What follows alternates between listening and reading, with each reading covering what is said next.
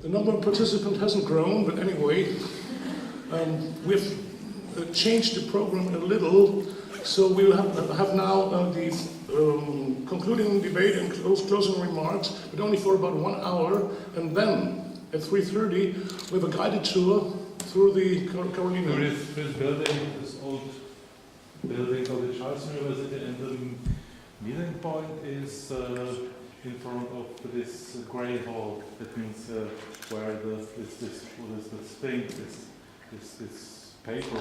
So yeah. Let's meet here and then again. Or okay. It's okay. Let's say we can start from here. Yeah. At when at 3:30. So 3:30 here. Yeah. 3:30 here. And then Otta, you ordered me to say something else, but what was it? I forgot. A lot of things about Something about food. Yeah, about food. So as you know, we have had a lot of food today and yesterday, and we are not able to eat everything. So that hopefully we will get some food, and you can take the boxes if you want. And please take everything you want, because it's our food. Yeah, okay, and then the next technical thing is we're thinking about a publication. We haven't decided yet, but at the moment I would say the tendency is positive. Say in a couple of weeks we'll meet and discuss it, but I think the tendency is positive, and you will be informed in about, I don't know, 1 or 2 months about that. And however, it will be all articles will be reviewed, and it might be that we do not take 1 or 2 articles because there are so many poor conference volumes on the market already. We wouldn't like to add one. So it's your personal risk. Want to add something, or? No? Okay. Now, final debate. We have about 1 hour for that. Of course, I have prepared some points we can discuss about, but perhaps you have some suggestions for the beginning. Obviously, this is not the case. Perhaps everybody's going to fall asleep now after lunch. Okay, one point is violence. When we started to plan this conference, we were sure that we shouldn't treat violence as an end in itself. And in the call for papers it was written, just a second, a quote, the macro-social perspective left out a very important informative, performative aspect of violence. People were putting their conception of the ideal post-war society into practice through violence. Was violence a meaningful act meant to empower new collective identities, or was it only the coincidental product of accumulated frustration and rage? That was the question. And I mean, we have had many contributions to that point, and I find this discussion extremely interesting. I only would like to add one different aspect, because it has something to do with our training as historians. As historians, we are really trained, we are drilled to look at conflicts. If we find a conflict somewhere in the past, we have the methodology to analyze it. I mean, there are mountains of books about that. Yeah, social conflicts. Is there a religious dimension? Do we have economic aspects, and so on and so on? However, violence is not the norm. We also must always keep in mind that we have to explain the absence of violence. I mean, fires of hatred.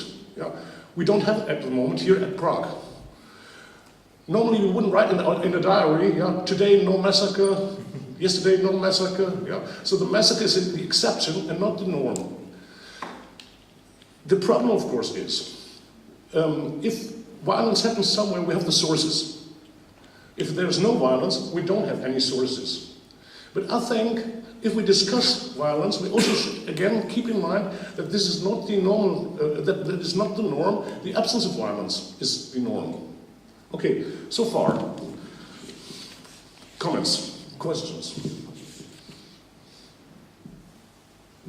Please. This is one of the topics that I was, I think I Please take it. okay.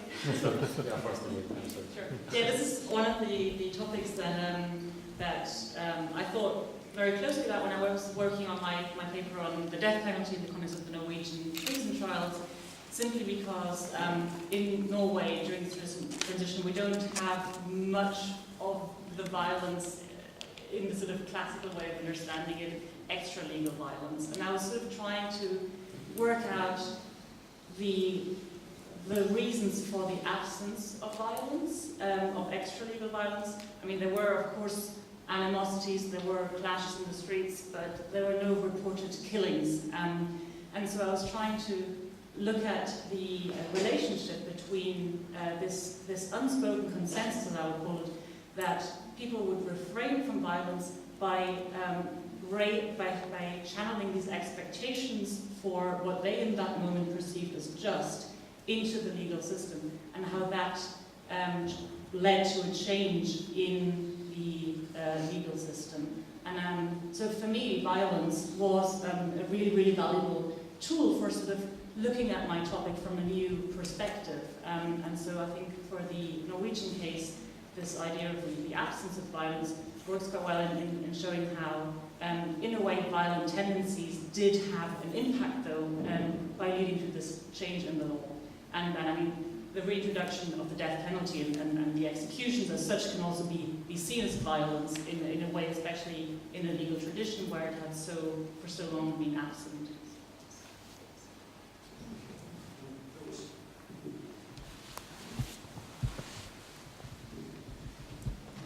Yes, along similar lines, I would also say that the importance of the governmental authorities and their attitudes and the fear or not fear of being held to account for violence makes a big difference. I mean, in a lot of the areas where we have mass violence, it was more or less assumed that we will not be punished for it afterwards. While in the Scandinavian countries, it was much more unclear. You could not count on just being able to go out and shoot somebody you don't like and nothing is going to happen to you afterwards. While this was a widespread expectation, and rightly so, in many of the Polish and also Czech border areas. So in that sense, we have to think in general, we must not forget that the absence of violence is in our societies in general connected also with the repercussions that violence has for yourself in the end. And if these repercussions are gone, then behavior might change relatively quickly, potentially. We should have an open discussion. Yeah, about violence, maybe another point and another aspect of the violence. I think it's a question not only that about the absence of the violence, but the question is what is violence and what people perceive as violence and not as a violent behavior. I mean, yesterday we saw some pictures of shaved women in France and in Italy. We have very similar cases as well from Czechoslovakia, Ukraine, and so on.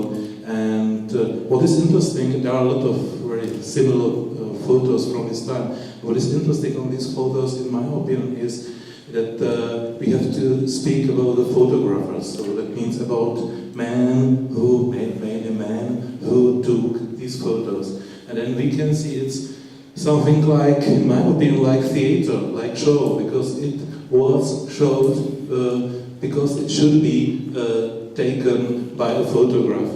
And in many cases, at least as I know from the France, in many cases these photographs were soldiers of the American army.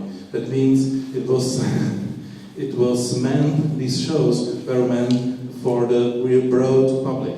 And in this case, my question is, if the perpetrators of these, in our opinion, violence, perceive these acts as a violent behavior or something like, I don't know, something which is very positive, something which is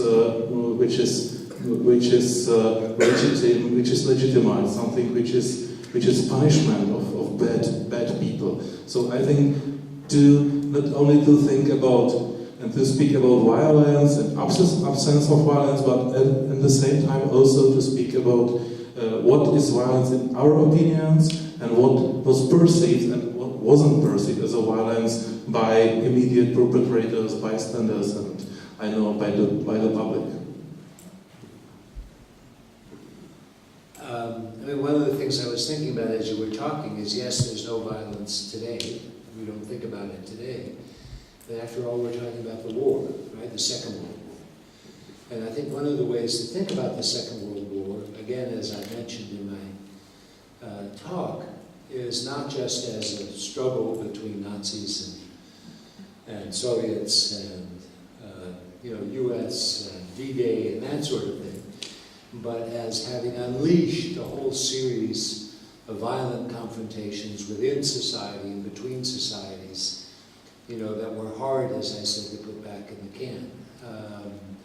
So in some senses, the war itself, until it wore down, and which again we can date in various places to 46, 47, some places later, there was more violence than less, and violence was on everybody's mind.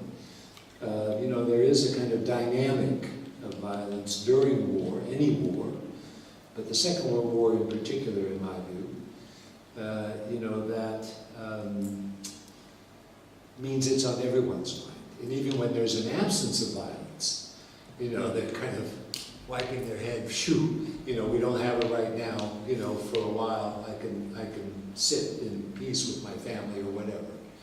So you have that. You also have, I thought your remarks were appropriate. There's a kind of performative element of violence in a lot of the societies we're talking about. And one of the things I did once with Ukraine actually was to look at sort of long-term performative aspects of violence, since Khmelnytsky up to,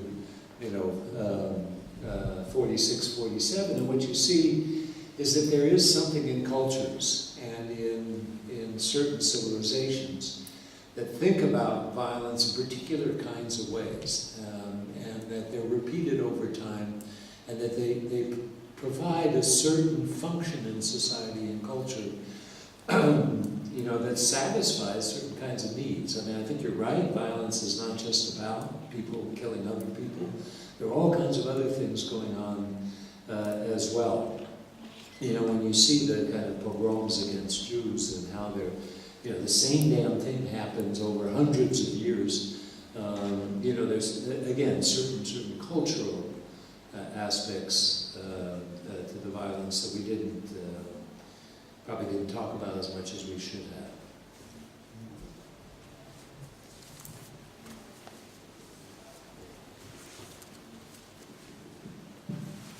No one wants to say something? Then violence is done. My next point here is racism, race, and ethnicity. This is a personal statement. I've always problems with the term of ethnicity. For one reason, it is impossible to use it as an objective, scientific, historical category. It is not. Who is an ethnic German? Who is an ethnic Czech? Impossible. However, of course, ethnicity plays an enormous role for self-definition of groups and for in-group, out-group schemes. And when we started planning that conference, we thought, or one of the thoughts was, okay, the Nazi regime was perhaps one of the most racist and genocidal regimes the world has ever seen. And in the occupied territories, they classified the population according to ethnic criteria. And the question is now, if we come back to 1944, 48, there must have been traces of that classification. Of course, it's extremely difficult to find them because we do not have the necessary sources for that. But there were some hints. When we were talking about Norway and the children, that could be an example of racial classification. Or if human beings are classified as rats, as we heard yesterday, this is Nazi terminology. Jews are rats. There might be many more of those traces. could be an interesting thing to have a closer look at that. I do not know one single publication which is trying to analyze that in a European context. Okay.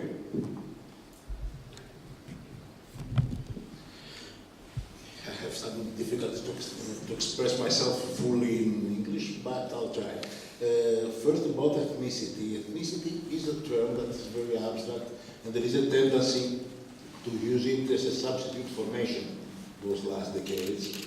In Greece, there is and I've seen also in other places, to use it, not to say nation thing, ethnic conflict. While you may have national groups, I mean political entities that are clashing. But on the other hand, it's a functional term, because you can describe groups that feel they have something in common. They may have been also a degree of endogamy. They have this distinction, we and the others, without at the same time constituting a political entity, without having what we could say a national movement, explicit or implicit, or being divided. In the case of Macedonia, as I mentioned, it was an ethnic group perceived as such by its members, but with 3 or 4 different national possible outcomes, national movements that were fighting each other. The second about race. Race, up to the Nazi experience, was a universal term. I mean, in the United States, when the people entered in the Ellis Island process, they had to declare their nation or race. It was nearly equivalent. And there was a list of the races that and the nations that were accepted. But it was the term interchangeable. Just in 1935, I guess, the British anthropologist that later created, I don't remember his name, that wrote down the UNESCO Declaration of the Races, for the first time said we must substitute race with ethnic group. But there is a difference between the concept of ethnic in Eastern and Western Europe. Because in Eastern Europe, we have this ethnos that was for William Bromley, I think, a concept to take from the backstage the notion of the primordial notion, that ethnos may be not just nation, but also nationalnost and all the earlier phases. It was a way to come back from Marxism to late Sovietism. That was another.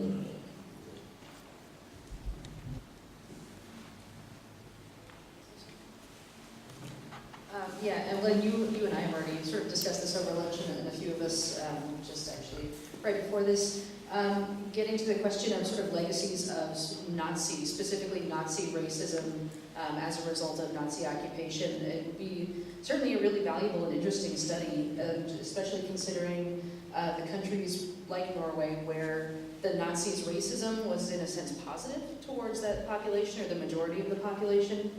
Versus, sort of more destructive racism in their eastern territories. One thing also to consider, and I have no idea how you would sort of disentangle this, is societies as well as strong eugenics traditions. How much are they picking up from Nazis versus how much do they already sort of have as sort of just sort of floating around in their own professional communities? But then, of course, what sort of racism was already extant in the countries before the Nazis came, for example, thinking about the Norwegians and their Jewish population, are they already using that kind of language or not? I have no idea how you would disentangle this, but it's just trying to throw a couple of wrenches into the works there.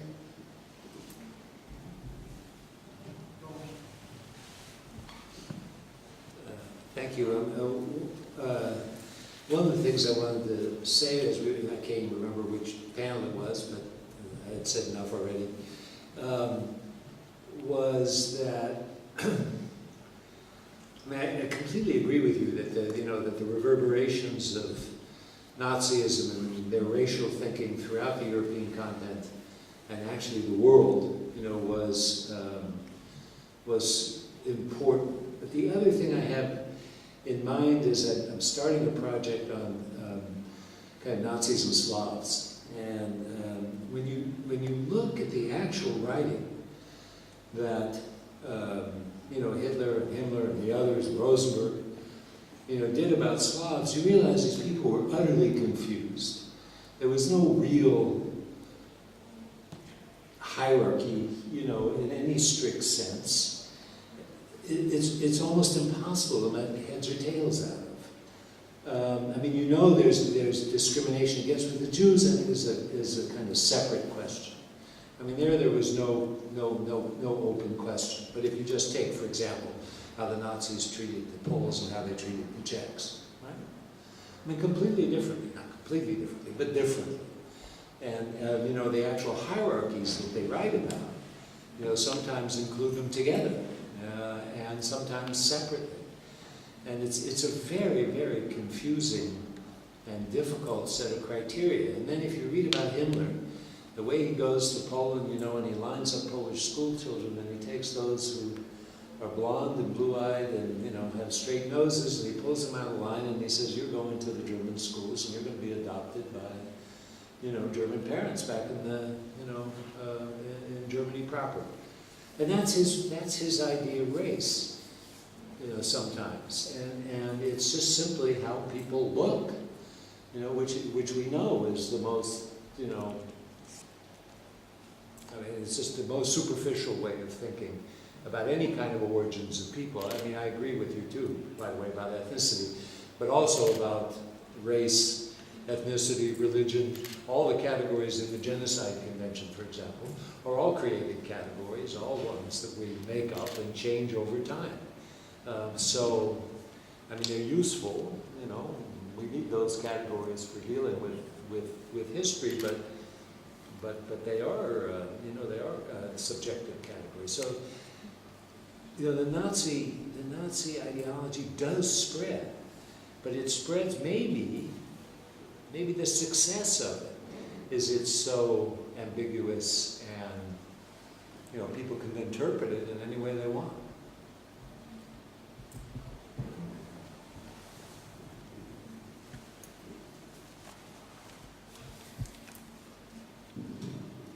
No comments anymore? Okay, race and ethnicity are done. Next point. Again, when we started to talk about, or to try to make a concept for the conference, we had the idea that the situation in 1944-45 was much more open than seen from the perspective of the Cold War. I mean, of course, there are differences between the so-called East and the so-called West, clear. But was it really the case in 1945 or 1946 that this difference mattered for political decisions on a local level? What are doubts? Very much. I mean, not very much, but much. I think this is an open question. So, what's your opinion about that? How open was the situation then? And do we really have that difference between East and West, or perhaps North and South?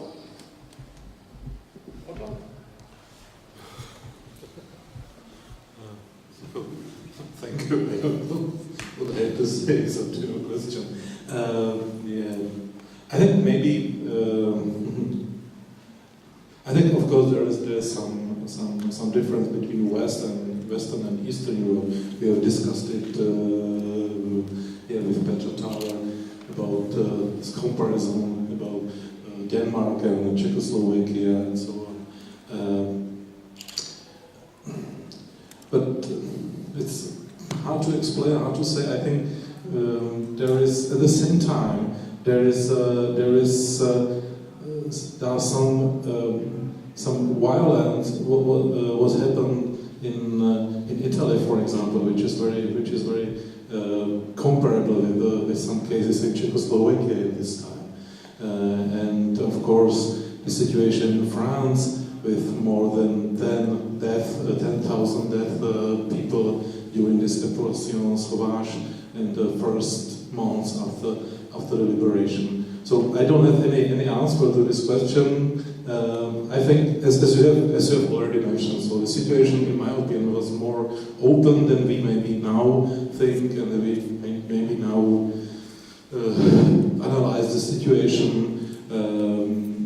It was not only about Western and Eastern Europe; it was about of course, Southern Europe and the example of Greece. Greece, of course, is another good example. I think these micro-regions, West and Eastern Europe, became important right during this post-war violence and these post-war years, when people tried to understand their situation in this framework to be a part of Eastern Europe or to be a part of Western Europe. It's maybe, again, to make this terms more subjective, to get more this processual character and aspects, features of these terms. That's maybe my answer, sorry. I think that instead of putting the distinction between Eastern and Western Europe, we must see the level of violence that preceded these years. I mean, it's very different. The Danish question case that we saw today, I think it was very clear that there was a very low level of violence on both sides. It was a society that was not fractured by blood, so that you have vindication in a violent scale. It was a theoretical question. Those German-speaking Danes and Germans of Denmark had gone the other side. They didn't behave as good patriots, but they had not killed half of their population of their hometown, so that there would be a question of retribution. And also, France is another case, because we had not this kind of bloodshed that we had in Poland, for example, or in Greece. But I think we must then take into consideration the First World War legacy, that it's 20 years between the two wars. It's a very short, in fact, a very short distance. It's the same generation, more or less. So I think that in France, what the people responded in this pure silence of Chauvaz had also in mind that those traitors were those allied, those women and those guys allied with the Boche, with the Germans that had blooded France 20 years earlier, that had some old scores to settle with. This is my question. This is the way I can see it. About the Danish case again, the thing is that now we can see, as Peter Thaler has proven for us today, that it was quite stable and ethnic cleansing wasn't the case.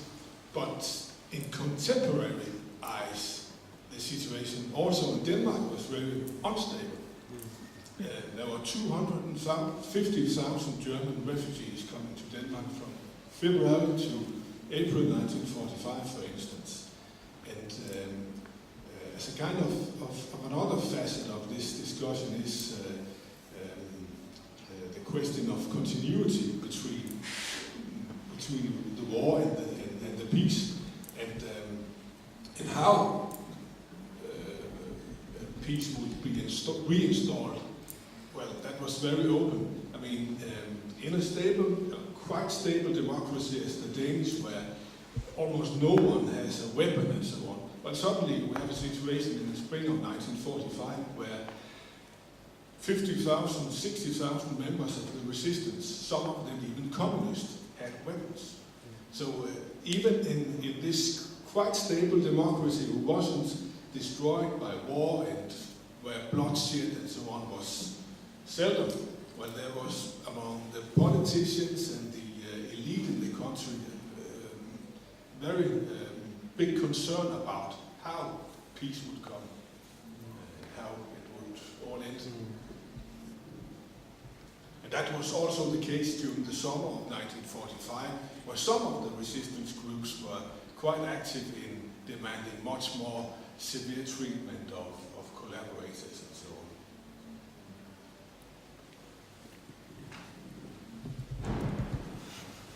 One thing about one aspect or feature of this, what we could call shared European space of violence or something like this. About this question, differences and differences between West and East, if there were any differences at all. I think something which we have heard in different papers is this circulation of violence, circulation of some images of violence, circulation of violent practices in the whole Europe in 1945-46. It's a question of this again, these slave women made these references about Sudeten in Macedonian case, again references about Sudeten in Danish case and so on. I think sometimes we are trained to deal the post-war history as in the national framework, as a Czechoslovak violence against Germans, or Italian violence against fascists, or French violence against, I don't know, women, and so. But I think at the same time we have to think about the Europe as a shared space of violence, where some specific ideas, practices, images circulated that could inspire maybe the perpetrators in some violent practices.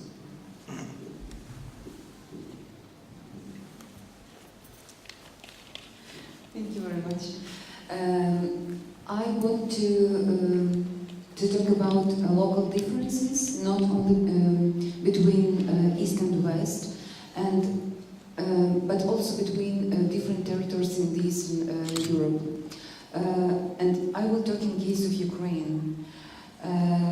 44, when Soviet authority was re-established in Western Ukraine, it was not a holocaust, it was not an end of violence, we know, and it was a start point of very large-scale, brutal confrontation between nationalist state project and Soviet state project.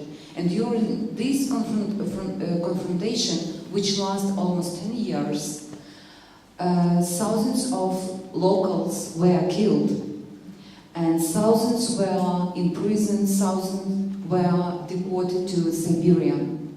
And this experience of Western Ukraine is different from the experience of other territories of Ukraine, and it's obvious. In Ukraine history, it's obvious. That's why we have nowadays this big debate about their communist past, and for Western Ukraine we have these initiatives to consider the whole period of Soviet rule in Ukraine as occupation, and for Eastern Ukraine it's not a question really. Yes, but for Western Ukraine, where 500,000 people were repressed by Soviet, for them it's obvious that it was not Ukraine power and so on and so on. And in this regard, in this scale of violence, it's very important to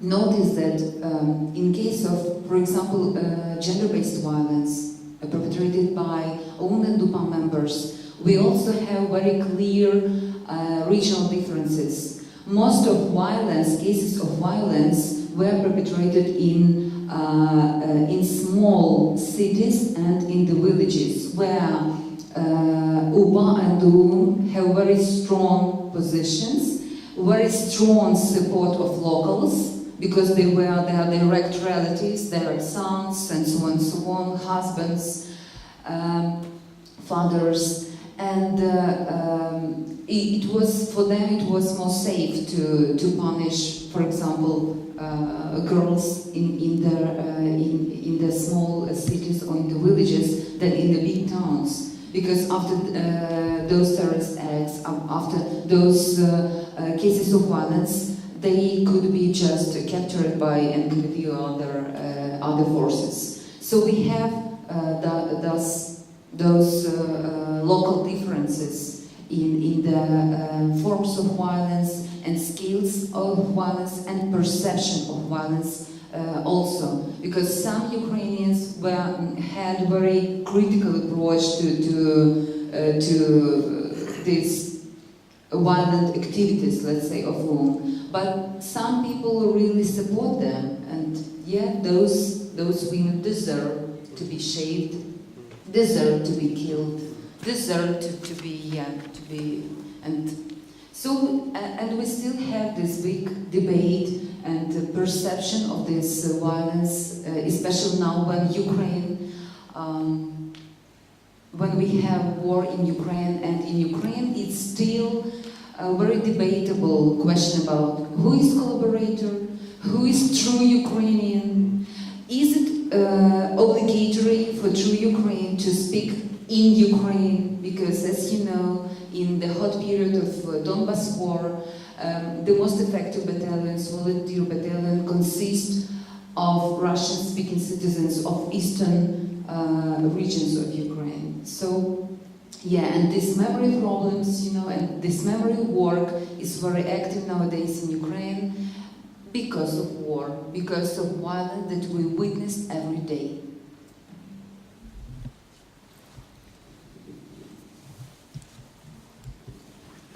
Okay, then we still have some time.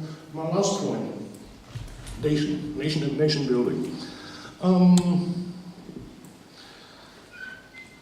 The categories for the analysis of nation building were mainly developed by analyzing the 19th century.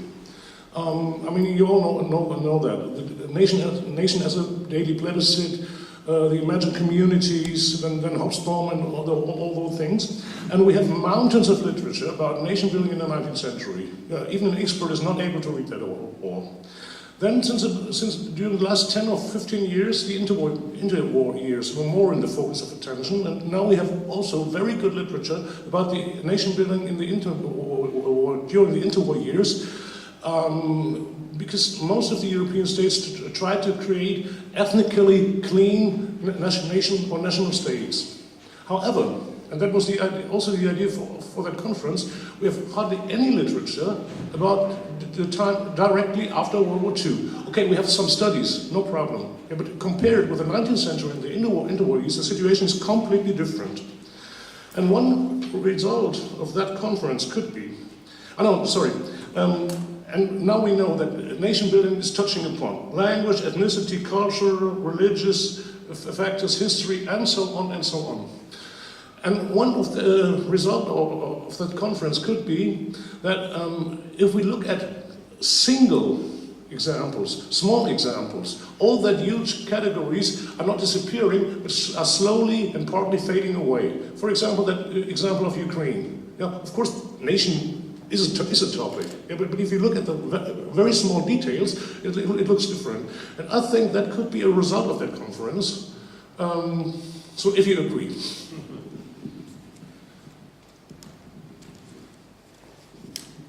We still have time for discussion.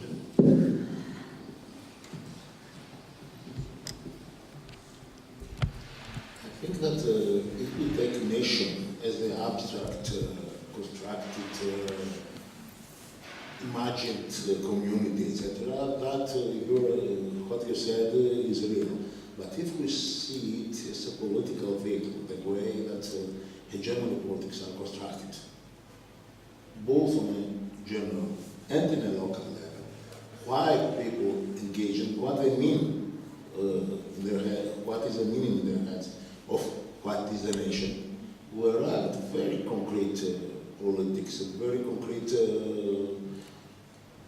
contradictions that are to be solved by this process. I mean, this what was discussed yesterday about the Holocaust as a window of opportunity for part of the local population, how they formulate the rejections of the Jews, even after the war.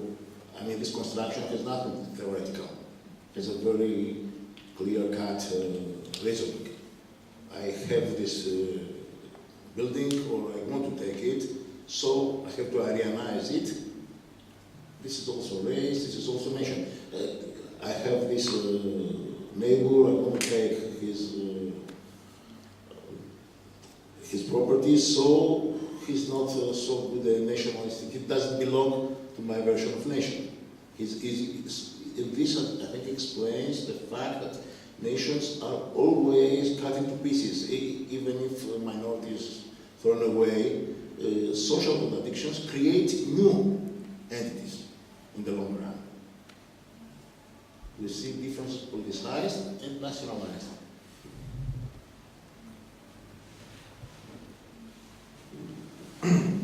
Probably one idea, so we can maybe, and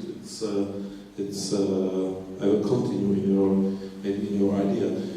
Probably we can distinguish between two levels. One level is the central national level with all these things. It means with the history, with the universities, with I don't know, with state anniversaries and so on and so on. It's national discourse on the central level.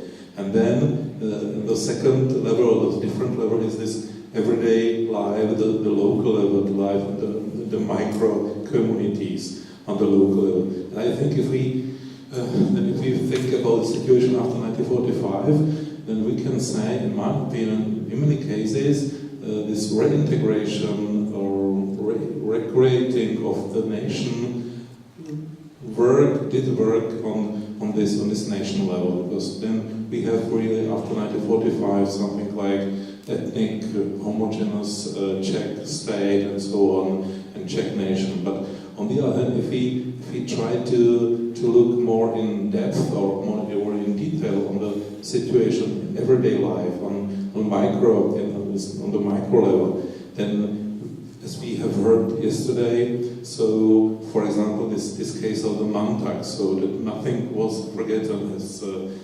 Teresa mentioned. So, or the children of the Lebensborn project. So, again, this long terms of exclusion after 1945, long-term impact of the exclusion after 1945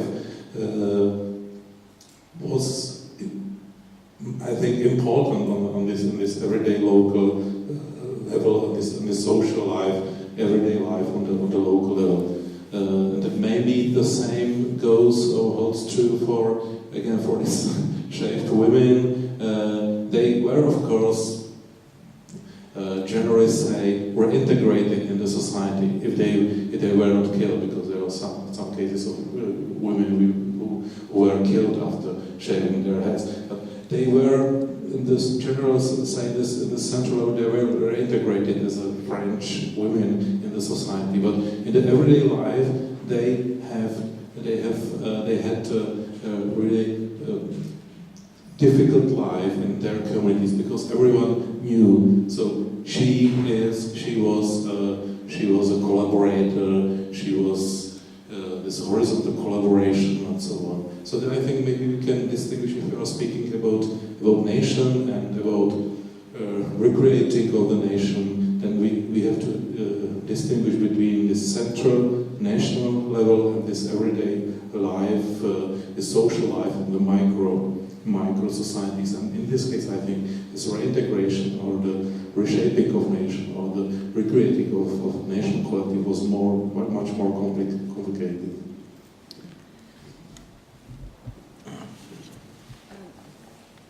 In regard to shaved women, Reshaping made a very good point in his book about many women who were punished by haircut. They were not obvious obstacles for political goals. And their collaboration, let's say, so fraternization with Germans, have no negative effects for example, to resistance movement, and in Ukraine case the same. So, in this regard, it's for me it's always a question about personal right and personal freedom, and national identity, and what it means to be Ukrainian, French during the war. You know, when nation is under threat, and what we should do. In Ukraine nowadays is a big discussion because of war. The main question is, can Ukrainian women could they be feminist nowadays, or they should be nationalists? And this question is also about personal freedom and human rights and national rights and your obligation as a citizen of Ukraine, you should produce children, you should send them to the war, and you shouldn't criticize militarization of Ukrainian society. And it's a big question because we have this problem of national security often means unsecurity for different groups of people, vulnerable groups. Because we have cut-in allowance for different groups, I mean mothers, I mean pensioners, and so on and so on. And those money goes to national security. So we always have this discussion during the war, during the crisis, what it means to be a true citizen of country. Yeah. Thank you.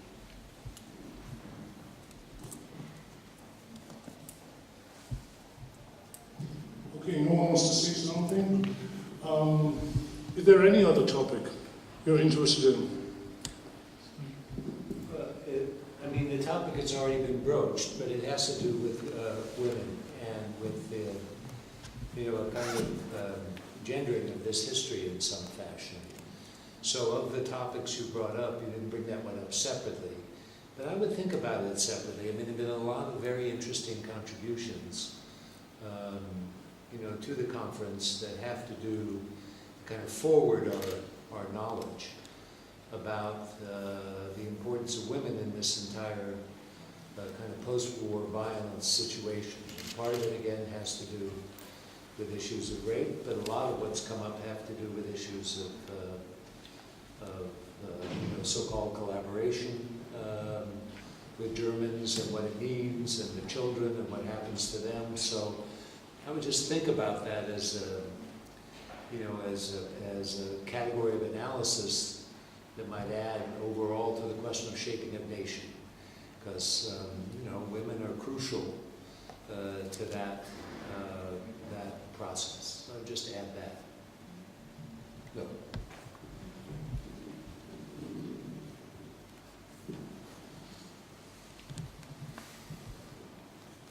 Okay. So for those who came a bit later, now we at 3:30 we'll have a guided tour through the Caudino, which might be of interest to you, and then normal formalities. Yeah, thank you for your coming. It was a fascinating conference, and have a good time.